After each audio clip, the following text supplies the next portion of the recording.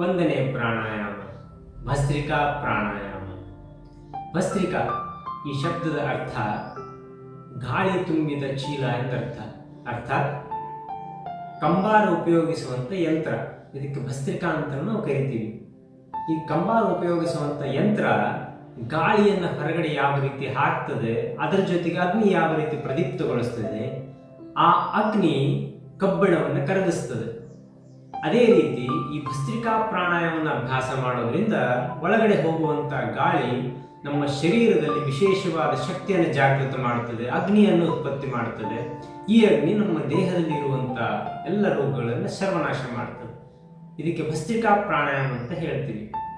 ಈ ಭಸ್ತ್ರಿಕಾ ಪ್ರಾಣಾಯಾಮದಲ್ಲಿ ನಾವು ಶ್ವಾಸವನ್ನು ನಿಧಾನವಾಗಿ ತಗೊಳ್ಳೋದು, ನಿಧಾನವಾಗಿ ಬಿಡೋದು ಮಾಡ್ತಾ ಹೋಗ್ತೀವಿ. ಅಂದರೆ ಎಷ್ಟು ಹೊತ್ತು ಶ್ವಾಸವನ್ನು ಒಳಗಡೆ ತಗೊಳ್ತೀವಿ ಅಷ್ಟೇ ಹೊತ್ತು ಶ್ವಾಸವನ್ನು ಹೊರಗಡೆ ಹಾಕ್ತಾ ಹೋಗ್ತೀವಿ.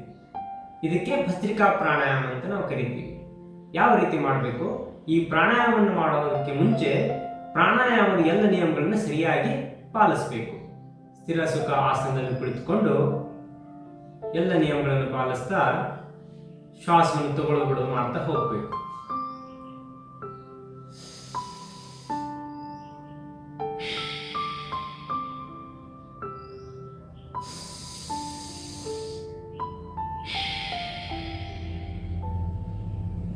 ಈ ರೀತಿ ಶ್ವಾಸವನ್ನು ತೆಗೆದುಕೊಳ್ಳೋದು, ಹೊರಗಡೆ ಹಾಕೋದು, ಈ ಒಂದು ಕ್ರಿಯೆಯನ್ನು ನಾವು ಭಸ್ತ್ರಿಕಾ ಪ್ರಾಣಾಯಾಮ ಅಂತ ಹೇಳ್ತೀವಿ. ಈ ಪ್ರಾಣಾಯಾಮವನ್ನು ಕನಿಷ್ಠ ಪಕ್ಷ 5 ನಿಮಿಷ ನಾವು ಅಭ್ಯಾಸ ಮಾಡಬೇಕು. ಸಾಧ್ಯ ಆಗದೇ ಇದ್ದಲ್ಲಿ 2 ರಿಂದ 3 ನಿಮಿಷ ಕನಿಷ್ಠ ಪಕ್ಷ ಇದನ್ನು ಅಭ್ಯಾಸ ಮಾಡಬೇಕು. ಮಕ್ಕಳು 1 ರಿಂದ 3 ನಿಮಿಷ ಇದನ್ನು ಅಭ್ಯಾಸ ಮಾಡಬೇಕು. ಈ ಪ್ರಾಣಾಯಾಮವನ್ನು ನಾವು 3 ಗತಿಯಲ್ಲಿ ಅಭ್ಯಾಸ ಮಾಡ್ತೀವಿ. ಒಂದು ಮಂದಗತಿ, 2ನೇದ್ದು ಮಧ್ಯಮಗತಿ, 3ನೇದ್ದು ತೀವ್ರಗತಿ. ಮಂದಗತಿ ಅಂತಂದ್ರೆ ಶ್ವಾಸವನ್ನು ಒಳಗಡೆ ತೆಗೆದುಕೊಳ್ಳುವಾಗ 2.5 ಸೆಕೆಂಡ್ ಶ್ವಾಸವನ್ನು ಒಳಗಡೆ ತಗೊಳ್ಳೋದು, 2.5 ಸೆಕೆಂಡ್ ಶ್ವಾಸವನ್ನು ಹೊರಗಡೆ ಹಾಕೋದು. ಇದಕ್ಕೆ ಮಂದಗತಿ ಅಂತ ಹೇಳ್ತೀವಿ. ಇನ್ನು ಮಧ್ಯಮಗತಿ ಅಥವಾ ಸಾಮಾನ್ಯ ಗತಿ ಅಂತಂದ್ರೆ 1 ಸೆಕೆಂಡ್ ಶ್ವಾಸವನ್ನು ತೆಗೆದುಕೊಳ್ಳೋದು, 1 ಸೆಕೆಂಡ್ ಶ್ವಾಸವನ್ನು ಹೊರಗಡೆ ಹಾಕೋದು. ಇದು ಮಧ್ಯಮಗತಿ ಅಥವಾ ಸಾಮಾನ್ಯ ಗತಿ ಅಂತ ಹೇಳ್ತೀವಿ. ಇನ್ನು ತೀವ್ರಗತಿ ಅಂತಂದ್ರೆ 1 ಸೆಕೆಂಡ್ ಅಲ್ಲಿ 2 ಅಥವಾ 3ಕ್ಕಿಂತ ಹೆಚ್ಚು ಉಸಿರಾಟವನ್ನು ಮಾಡೋದು. ಇದು ತೀವ್ರಗತಿ. ನಾವು ಎಲ್ಲರೂ ಸಾಮಾನ್ಯವಾಗಿ ಮಧ್ಯಮಗತಿ ಅಥವಾ ಸಾಮಾನ್ಯ ಗತಿಯಲ್ಲಿ ಇದನ್ನು ಅಭ್ಯಾಸ ಮಾಡಬೇಕು. ಬನ್ನಿ ನೋಡೋಣ 3 ಗತಿಯಲ್ಲಿ ಯಾವ ರೀತಿ ಇದನ್ನ ಮಾಡಬೇಕು ಅಂತ. 1ನೇದ್ದು ಮಂದಗತಿ.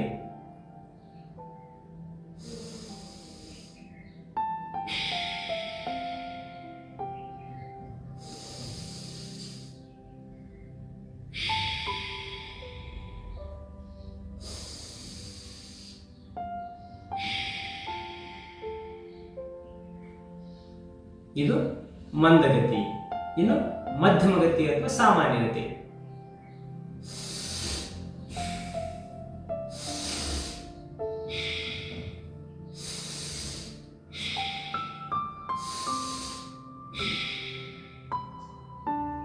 ಇದು ಮಧ್ಯಮಗತಿ.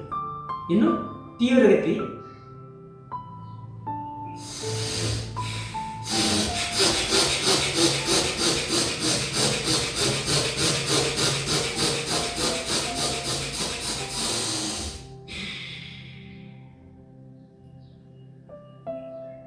ಈ ರೀತಿ ತೀವ್ರಗತಿಯನ್ನು ಅಭ್ಯಾಸ ಮಾಡುವಾಗ ನಿಧಾನವಾಗಿ ಅಭ್ಯಾಸ ಮಾಡಬೇಕು. ಪ್ರಾರಂಭದಲ್ಲಿ ತೀವ್ರಗತಿ ಮಾಡುವಾಗ ತಲೆನೋವು ಬರೋದು, ತಲೆ ಸುತ್ತು ಬರೋದು, ಅಸಹಜತೆ ಅನುಭವ ಆಗ್ತದೆ. ಆ ರೀತಿ ಆದಾಗ ನಿಧಾನವಾಗಿ ಪ್ರಾಣಾಯಾಮವನ್ನು ನಿಲ್ಲಿಸಬೇಕು. ಸ್ವಲ್ಪ ಹೊತ್ತು ವಿಶ್ರಾಂತಿ ಪಡೆದ ನಂತರ ಮತ್ತೆ ಪ್ರಾಣಾಯಾಮವನ್ನು ಅಭ್ಯಾಸ ಮಾಡಬೇಕು. ಈ ರೀತಿ 3 ಗತಿಯಲ್ಲಿ ಈ ಭಸ್ತ್ರಿಕಾ ಪ್ರಾಣಾಯಾಮವನ್ನು ನಾವು ಅಭ್ಯಾಸ ಮಾಡಬೇಕು. ಈ ಪ್ರಾಣಾಯಾಮವನ್ನು ಮಾಡುವಾಗ ಶ್ವಾಸವನ್ನು ಒಳಗಡೆ ತೆಗೆದುಕೊಂಡಾಗ ಎದೆಯ ಸುತ್ತಳತೆ ಹೆಚ್ಚಾಗ್ತದೆ ಈ ರೀತಿ, ಮತ್ತು ಹೊಟ್ಟೆ ಒಳಗಡೆ ಹೋಗ್ತದೆ. ಎದೆ ಸುತ್ತಳತೆ ಹೆಚ್ಚಾಗ್ತದೆ, ಹೊಟ್ಟೆ ಸುತ್ತಳತೆ ಕಡಿಮೆ ಆಗ್ತದೆ. ಮತ್ತೆ ಈ ಭುಜಗಳು ಶ್ವಾಸದ ಜೊತೆ ಸಾಮಾನ್ಯವಾಗಿ ಮೇಲೆ ಬರ್ತದೆ. ಆದರೆ ಈ ಭಸ್ತ್ರಿಕಾ ಪ್ರಾಣಾಯಾಮ ಮಾಡುವಾಗ ಭುಜಗಳು ಈ ರೀತಿ ಮೇಲೆ ಬರಬಾರ್ದು. ಈ ಕುತ್ತಿಗೆಗಿಂತ ಈ ರೀತಿ ಮೇಲೆ ಬರಬಾರ್ದು, ಸಾಮಾನ್ಯವಾಗಿ ಮೇಲೆ ಬರಬೇಕು. ಈ ರೀತಿ ಮೇಲೆ ಬಂದರೆ ಇದು ತಪ್ಪು. ಅದಕ್ಕೆ ಸಾಮಾನ್ಯವಾಗಿ ಈ ಭಸ್ತ್ರಿಕಾ ಪ್ರಾಣಾಯಾಮ ಮಾಡುವಾಗ ಎಲ್ಲರೂ ಈ ರೀತಿ ಭುಜಗಳನ್ನು ಮೇಲೆ ಮಾಡೋದನ್ನು ನಾನು ನೋಡಿದ್ದೀನಿ. ಆ ರೀತಿ ಭುಜಗಳು ಮೇಲೆ ಬರಬಾರ್ದು. ಸಾಮಾನ್ಯ ಉಸಿರಾಟದ ಜೊತೆಗೆ ಈ ರೀತಿ ಮೇಲೆ ಬಂದರೆ ಇದು ಸರಿಯಾದ ಪದ್ಧತಿ.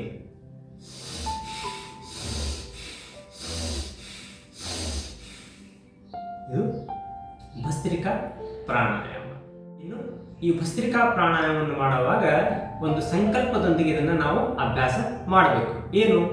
ಶ್ವಾಸವನ್ನು ಒಳಗಡೆ ತೆಗೆದುಕೊಳ್ತಾ ಇರುವಾಗ ಈ ಬ್ರಹ್ಮಾಂಡದಲ್ಲಿರುವಂಥ ಎಲ್ಲ ಓಜ, ತೇಜ, ಆನಂದ, ಸುಖ ಎಲ್ಲ ಒಳ್ಳೆಯ ವಿಚಾರಗಳು ಶ್ವಾಸದ ಜೊತೆಗೆ ನನ್ನ ಶರೀರವನ್ನು ಪ್ರವೇಶಿಸಲಿ ಮತ್ತು ಈ ವಿಚಾರಗಳಿಂದ, ಈ ಒಳ್ಳೆಯ ಭಾವದಿಂದ ನನ್ನ ಶರೀರದಲ್ಲಿ ಒಳ್ಳೆಯ ಚೇತನಾಶಕ್ತಿ ಜಾಗೃತ ಆಗಲಿ, ನನಗೆ ಒಳ್ಳೆಯದಾಗಲಿ ಅಂತ ಒಂದು ಭಾವನೆಯಿಂದ, ಸಂಕಲ್ಪದೊಂದಿಗೆ ಇದನ್ನು ಅಭ್ಯಾಸ ಮಾಡೋದ್ರಿಂದ ವಿಶೇಷ ಲಾಭ ಸಿಗ್ತದೆ.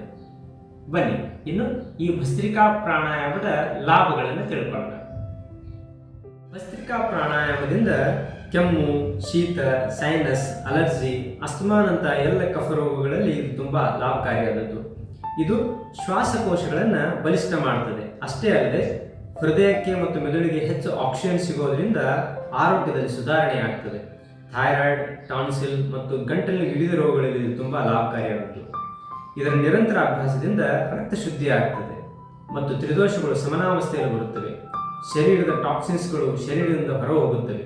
ಭಸ್ತ್ರಿಕಾ ಪ್ರಾಣಾಯಾಮದ ಜಾಗರೂಕತೆ.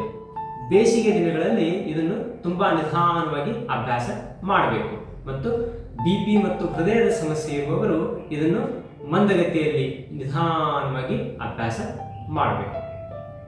ಬನ್ನಿ ಇನ್ನು ಮುಂದಿನ ವಿಡಿಯೋದಲ್ಲಿ 2ನೇ ಪ್ರಾಣಾಯಾಮ, ಅದು ಕಪಾಲಭಾತಿ ಪ್ರಾಣಾಯಾಮದ ಬಗ್ಗೆ ತಿಳ್ಕೊಳ್ಳೋಣ. ಓಂ